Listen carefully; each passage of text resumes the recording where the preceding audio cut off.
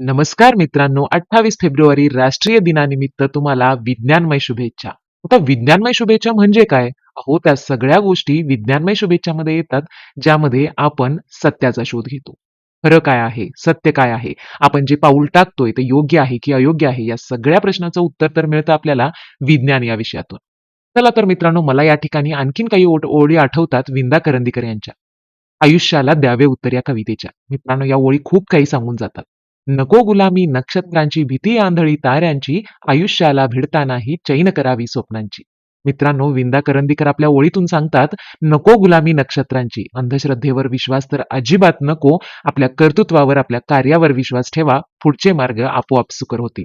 चला तर प्लॅन व वर्क किंवा प्लॅन या थॉटने आपण आजचा दिवस सुरू करूया. तर आज आम्ही घेऊन आलोय खास 28 फेब्रुवारी राष्ट्रीय विज्ञान दिनानिमित्त एक दर्जेदार भाषण. आणि बरं का मित्रांनो, हे भाषण PDF स्वरूपात उपलब्ध आहे. तुम्हाला फक्त ₹99 हे परचेज करायचं आहे. याचं लिंक डिस्क्रिप्शन मध्ये आहे. आणि तुम्हाला फक्त हे व्यासपीठावर जाऊन दर्जेदार उत्तम पद्धतीने सादर करायचं आहे. मग तुमच्यासाठी टाळ्या नक्कीच वाजतील.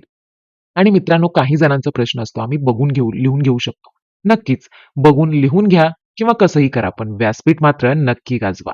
चला, आणि ज्यांना कोणाला हे प्रिंट फॉर्मॅटमध्ये हवं आहे, त्यांना लिंक डिस्क्रिप्शन मध्ये ऑलरेडी दिलेला आहे. तिथे जाऊन तुम्ही व्हिजिट करून पेमेंट करून तिथूनच डाउनलोड करून घेऊ शकता. चला तर जास्त उशीर न करता आपण सुरुवात करूया दर्जेदार भाषणाला. सन्माननीय व्यासपीठ, वंदनीय गुरुजन वर्ग आणि माझ्या भावी वैज्ञानिक मित्रांनो, विज्ञानाचा प्रकाशमनी अज्ञानाचा काळोख सरू दे, का आणि कसे या प्रश्नांनी बुद्धीचा विकास घडू दे.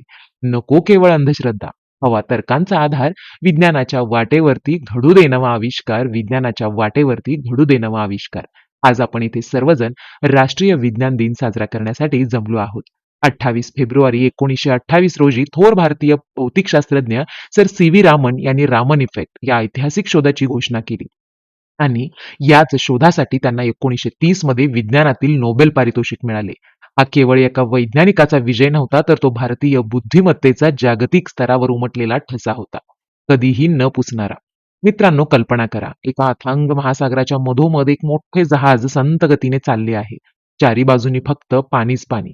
जहाजाच्या डेकवर एक भारतीय तरुण उभा आहे आणि ज्याच्या गळ्यात कमालीचा कुतूहल आहे. तो तरुण म्हणजेच आपले लाडके वैज्ञानिक चंद्रशेखर व्यंकटरामन. त्यांनी जहाजावरील इतर प्रवासी गप्पा मारण्यात आणि समुद्राच्या सौंदर्याचा आनंद घेण्यात दंग होते. पण रामन यांच्या नजरेला काहीतरी वेगळंच खुणावत होतं. ते तासनतास त्या गडद निळ्या पाण्याकडे एकटक पाहत राहायचे. त्यांच्या मनात एका प्रश्नाने घर केलं. ते पाणी इतकं निळं का दिसतंय? त्या काळी जगातले सर्वात मोठे शास्त्रज्ञ म्हणायचे की समुद्र निळा दिसतो कारण आकाशाचा तो आरसा आहे. आकाश निळं म्हणून तर पाणी निळं. पण रामन यांना हे उत्तर मनातून पटतच नव्हतं.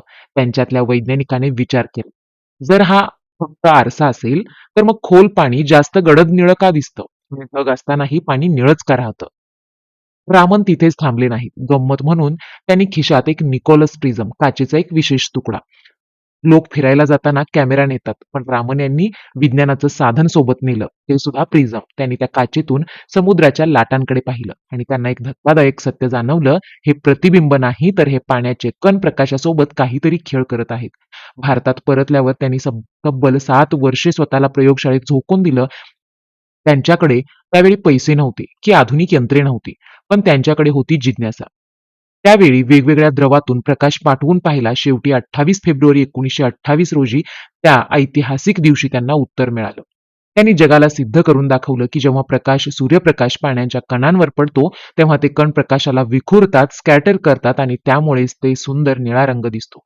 यालाच जगाने रामन इफेक्ट हे नाव दिले. मित्रांनो, CV रामन यांची ही कथा आपल्याला काय शिकवते?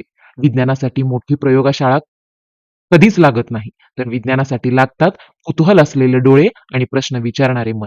रामन नेहमी म्हणायचे, खरा वैज्ञानिक तोच आहे जो निसर्गाच्या साध्या गोष्टीकडे पाहून प्रश्न विचारतो. म्हणूनच पुढच्या वेळी जेव्हा तुम्ही पाऊस पाहाल, फुलपाखरू पाहाल किंवा निळं आकाश पाहाल, तेव्हा विचारा, हे असं का? कदाचित पुढचा रामन इफेक्ट तुमच्यातला कोणीतरी शोधून काढेल. मित्रांनो, विज्ञान हे केवळ पाठ्यपुस्तकातील धडे किंवा परीक्षेत मिळालेले गुण कधीच नव्हे, तर विज्ञान म्हणजे सत्याचा शोध घेण्याची दृष्टी. विज्ञानाचे सर्वात मोठे वास्तव हे आहे की कोणत्याही व्यक्तीवर, श्रद्धेवर किंवा विश्वासावर चालत नाही, ते पुराव्यांच्या आधारावर चालतं. विज्ञानामध्ये चमत्कार हा नावाचा शब्द नसून प्रत्येक घटनेमागे एक शास्त्रीय कारण असते. मित्रांनो, डॉक्टर एपीजे अब्दुल कलाम यांना आपण मिसाईल मॅन म्हणून ओळखतो. त्यांनी भारताला अग्नी आणि पृथ्वीसारखी क्षेपणास्त्रे दिली. पण त्यांच्या विज्ञानामागे या अत्यंत हळवे आणि माणुसकीने भरलेले हृदय होते. ही कथा आहे त्यांच्या नॅनो टेक्नॉलॉजीमधील एका मोठ्या आविष्काराची आणि एका लहान मुलाच्या दुःखाची. मित्रांनो, वैज्ञानिक फक्त अभ्यासातच नाही तर वैज्ञानिकांनाही मन असतं, वैज्ञानिक सुद्धा दयाळू असतात आणि हे शोध संशोधन त्याच दयाळूपणाची प्रेरणा असते. चला आपण ऐकूया या कथेतून. एकदा डॉक्टर कलाम हैदराबादमधील एका रुग्णालयात गेले. तिथे त्यांनी काही लहान मुलांना पाहिले. त्यांच्या पायात पोलिओमुळे अपंगत्व आले होते. त्या मुलांनी आपल्या पायाला 4 किलोचे वजनाचे लोखंडी कॅलिपर्स सपोर्ट म्हणून बांधले होते. ते वजन इतके जास्त होते की त्या मुलांना चालताना खूप त्रास व्हायचा. त्यांचे पाय दुखायचे आणि ती मुलं रडायची. एक महान वैज्ञानिकाच्या मनात विचार आला, मी देशासाठी टनभर वजनाची क्षेपणास्त्रे तर बनवू शकतो. मग या लहान मुलांच्या पायांचे वजन मी कमी करू शकत नाही का? डॉक्टर कलाम लगेच त्यांच्या प्रयोगशाळेत गेले. त्यांनी संरक्षण क्षेत्रात क्षेपणास्त्रे वापरण्यात त्यासाठी वापरलेले कार्बन कार्बन मटेरियल हे हलके पण मजबूत साहित्य घेतले आणि त्यांनी आपल्या शास्त्रज्ञांच्या टीमला कामाला लावले आणि चमत्कार घडलाच. त्यांनी अशा कॅलिपर्सची निर्मिती केली ज्याचे वजन 4 किलोवरून थेट 400 ग्रॅम मध्ये आले. म्हणजेच आधीपेक्षा 10 पट हलके. जेव्हा ती मुले ते हलके साहित्य लावून धावू लागली तेव्हा त्यांच्या डोळ्यात जो आनंद होता तो पाहून कलाम साहेब गहिवरले आणि ते म्हणाले, अग्नी क्षेपणास्त्राच्या यशस्वी प्रक्षेपणापेक्षा त्या मुलांच्या चेहऱ्यावरील हा आनंद मला जास्त समाधान देऊन गेला. ही कथा आपल्याला शिकवते की विज्ञान तेव्हाच सार्थ ठरते जेव्हा त्याचा उपयोग सामान्यातील सामान्य माणसाचे दुःख दूर करण्यासाठी होते.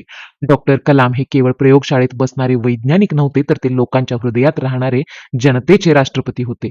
विज्ञानासोबत जेव्हा माणुसकी जोडली तेव्हाच खऱ्या अर्थाने राष्ट्राचा विकास होतो. विज्ञानाची ताकद जेव्हा माणुसकीची साथ घेते तेव्हाच प्रगतीची लाट देशात येते. रामांच्या प्रकाशाने ज्ञानाची ज्योत पेटली, कलामांच्या स्वप्नांनी चंद्रांची माती गाठली. रामांच्या प्रकाशाने ज्ञानाची ज्योत पेटली, कलामांच्या स्वप्नांनी देशाची माती गाठली. भारतीय वैज्ञानिकांचा हा वारसा जपूया, विज्ञानाच्या ध्यासाने जगाचे नेतृत्व करूया. जेव्हा आपण एखादी गोष्ट विनाकारण मानतो तेव्हा ती अंधश्रद्धा असते मित्रांनो. पण जेव्हा आपण त्यामागील का आणि कसे हे प्रश्न शोधतो तेव्हा ते विज्ञान ठरते.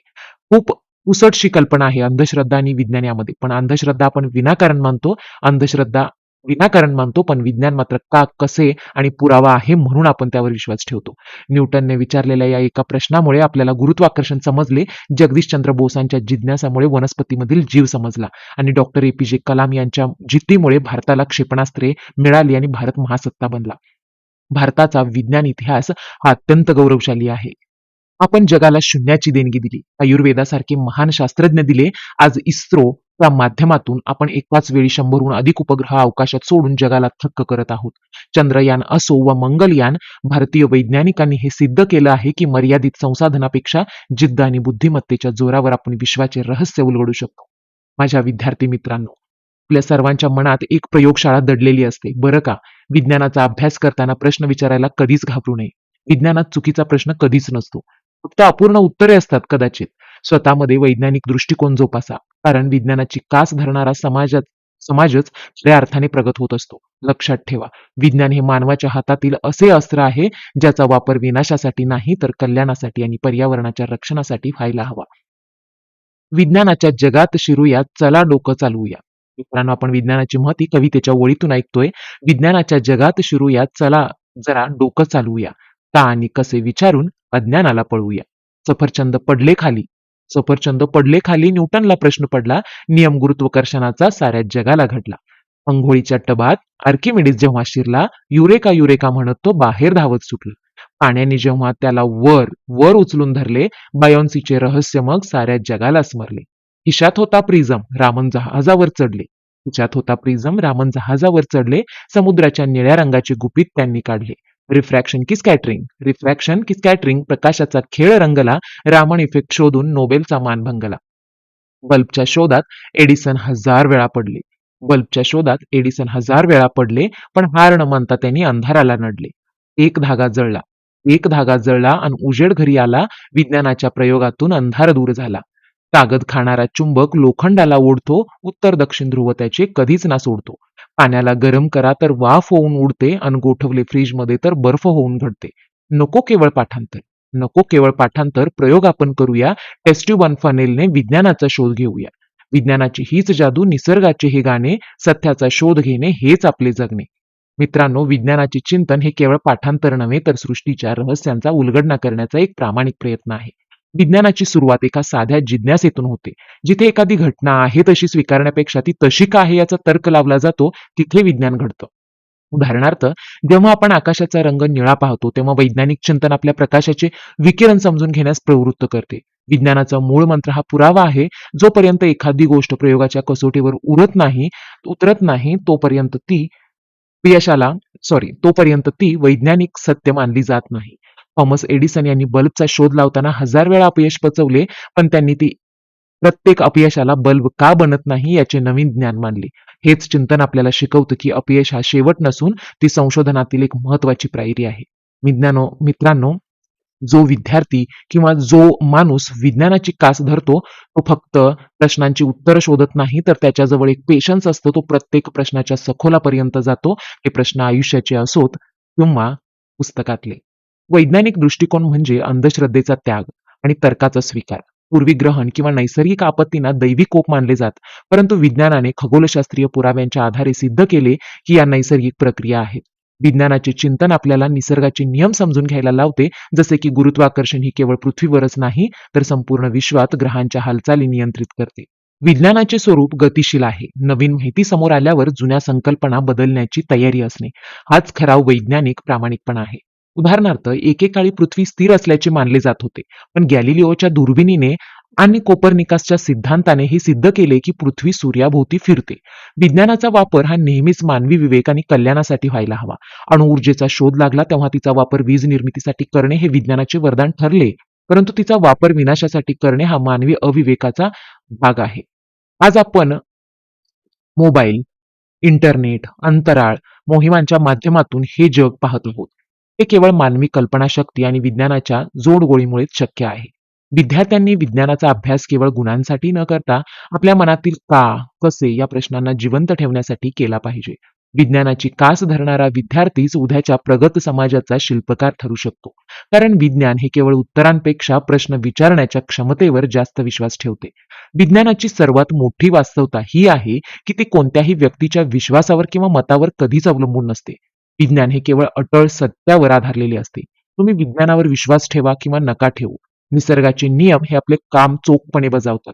उदाहरणार्थ, गुरुत्वाकर्षणाचा नियम हा विज्ञानाचा एक असा वास्तव पैलू आहे की तुम्हाला एखाद्या उंच इमारतीवरून उडी मारली तर तुम्ही खाली पडणार, परंतु तुमचा गुरुत्वाकर्षणावर विश्वास असो वा नसो, हेच विज्ञानाचे कठोर सत्य आहे की जे कोणाच्याही भावनांना महत्त्व न देता पुराव्यांच्या जोरावर उभे असते. विज्ञानाचे हे महत्त्व वास्तव आपल्याला जगाकडे पाहण्याचा एक पारदर्शक चष्मा देतो, जिथे जादूटोणा किंवा चमत्कारांना जागाच नसते. प्रत्येक क्रियेमागे एक कारण मीमांसा असते. विज्ञानाच्या वास्तवतेचा दुसरा महत्वाचा पैलू म्हणजे तुमच्यात स्वयंसुधारणा करण्याचे वैशिष्ट्य. विज्ञानात कोणतेही विधान शेवटचे नसते. जर उद्या अधिक प्रगत तंत्रज्ञानामुळे जुना सिद्धांत चुकीचा ठरला, तर विज्ञान आनंदाने तो बदलून नवीन सत्याचा स्वीकार करतो सुद्धा. उदाहरणार्थ, पूर्वी असे मानले जात होते की अणु हा अविभाज्य आहे, पण विज्ञानाने पुढे जाऊन त्यात इलेक्ट्रॉन, प्रोटॉन, न्यूट्रॉन शोधले आणि आपले सत्य अद्ययावत केले. हीच विज्ञानाची प्रामाणिक वास्तवता आहे, जी केवळ पुराव्यांचा पाठलाग करते. विज्ञान आपल्याला हे वास्तव पटवून देते की सृष्टीच्या अनंत रहस्यापैकी आपल्याला माहीत असलेले ज्ञान हे केवळ हिमनगाचे एक टोक आहे. विज्ञानाचे चिंतन करणे म्हणजे या अथांग सत्याचा शोध आहे, जे आपल्याला आपल्या कल्पनेपेक्षाही अधिक विलोभनीय आणि गुंतागुंतीचे आहे. विद्यार्थ्यांसाठी विज्ञानाची वास्तवता समजून घेणे म्हणजे केवळ पाठ्यपुस्तकातील धडे गिरवणे अजिबात नव्हे, तर आपल्या सभोवतालच्या जगात विज्ञानाचे अस्तित्व अनुभवणे होय. आज जो श्वास घेतो त्यातील ऑक्सिजन पासून ते आपल्याला हातातील मोबाईलच्या रेडिओ लहरीपर्यंत प्रत्येक गोष्ट विज्ञानाच्या सत्यावर चालते. विज्ञानाचे हे वास्तव आपल्याला अंधारातून उजेडाकडे नेते, जिथे आपण अज्ञानाच्या भीतीने घाबरण्याऐवजी ज्ञानाच्या प्रकाशाने गोष्टी समजून घेतो. जेव्हा आपण विज्ञानाचे हे सत्य स्वीकारतो, तेव्हा आपण जगाचे केवळ प्रेक्षक न राहता त्याचे निर्माते बनतो. म्हणूनच वैज्ञानिक चिंतन हे केवळ बौद्धिक कसरत नसून ती मानवी प्रगतीची, सत्याच्या शोधाची एक अखंड यात्रा आहे, जी आपल्याला सतत सत्यांविषयी बनवत राहते. मित्रांनो, पुढे काही विज्ञानाचा प्रवास आपण कवितेच्या ओळीतून पाहूया. का आणि कसे हा प्रश्न विचार, नव्या युगाचा तू शिल्पकार. का आणि कसे हा प्रश्न विचार, नव्या युगाचा तूच शिल्पकार. डोळे मिटून कशावरही नको ठेवू विश्वास, पुराव्यांच्या शोधातच आहे सत्याचा प्रवास. सफरचंद पडले खाली, न्यूटनने विचार केला, त्या एका प्रश्नाने साऱ्या जगाला वेध दिला. गुरुत्वाकर्षणाचे गुपित मग उलगडले गगनी, विज्ञानाची हीच आहे जादू भरली अणुरेणूंनी. अंधश्रद्धेचा काळोखात तर्काने तू चीर. अंधश्रद्धेचा काळोखात तू तर्काने तू चीर, बुद्धीच्या कसोटीवर प्रत्येक विचाराला स्थिर कर. भय नको ग्रहणांचे, भय नको ग्रहणांचे, ती तर केवळ सावली आहे विज्ञानाचे भीतीचे, मग जगात भीती मावली आहे. हजार वेळा हरला एडिसन तरी हार नाही मानली. हजार वेळा हरला एडिसन तरी हार नाही मानली. प्रयोगातून त्याची प्रकाशाची नवी वाट जाणली. अपयश ही तर केवळ संशोधनाची एक पायरी, जिज्ञासाच आहे विज्ञानाची सर्वात मोठी भरारी. सात खंड अथांग सागरन नभाचे हे निळेपण, विज्ञानाविना अपुरे आहे सृष्टीचे हे देखणेपण. चला धरूया विज्ञानाची कास, प्रगती हाच मंत्र, सत्याचा शोध घेणे हेच जीवनाचे तंत्र. शून्याचा शोध मांडूनी गणिताला अर्थ दिला, आर्यभट्टांच्या प्रज्ञेने विश्वाचा नकाशा खुला झाला. नसे केवळ अंक शून्य, तो विज्ञानाचा आधार आहे. शून्या वाचून संगणकाचा सारा डोलाराच निराधार आहे. सागराचे निळेपण रामननी तर्काने शोधले. सागराचे निळेपण रामननी तर्काने शोधले. प्रकाशाच्या किरणांचे अद्भुत गुपित मग बोधले. काचेच्या तुकड्यातूनही विज्ञानाचे सत्य झळकले. भारतीय बुद्धीचे तेज साऱ्या जगात मग चमकले. वनस्पतींना जीव असतो, वनस्पतींना जीव असतो, बोसांनी जगाला दाविले. संवेदनांचे स्पंदन त्यांनी यंत्रावरी मग गाविले. विज्ञानाचे हे वास्तव निसर्गाच्या पाशात आहे. प्रत्येक सजीवाचे नाते विज्ञानाच्या श्वासात आहे. होमी भाभांनी रचला अणुऊर्जेचा भक्कम पाया, साराभाईंनी आकाशात पसरली स्वप्नांची बाया. विज्ञानाची ही झेप थक्क करी साऱ्या जगाला, मंगळ चंद्रावरी ही वारी साक्ष देई प्रगतीला. कलामांच्या स्वप्नांनी अग्नीला पंख दिले. विज्ञानाच्या बळावर भारताने यशोशिखर गाठले. नको केवळ अंधश्रद्धा, नको केवळ अंधश्रद्धा, विज्ञानाचा प्रकाश धरा, सत्याचा शोध घेणे हाच धर्म खरा, हाच धर्म खरा. चला होऊन वैज्ञानिक, प्रश्नांची उत्तरे शोधूया. अंधाराच्या भिंती फोडून ज्ञानाचे दीप लावूया. भारतीय वैज्ञानिकांचा हाच वारसा महान, विज्ञानाच्या प्रगतीच आहे भारताची शान. शेवटी एवढंच म्हणेन की विज्ञानाचा प्रकाश आपल्याकडे आपल्या जीवनातील अंधार दूर करेल. आपण केवळ विज्ञानाचे वाचक न बनता सत्यान्वेषी उपासक बनूया. जाता जाता दोनच ओळी, विज्ञानाचा दिवा लावूया, अज्ञानाचा अंधार घालूया. नव्या युगाचे स्वप्न आपण प्रयोगातून फुलवूया. जय जवान, जय किसान, जय विज्ञान आणि जय अनुसंधान.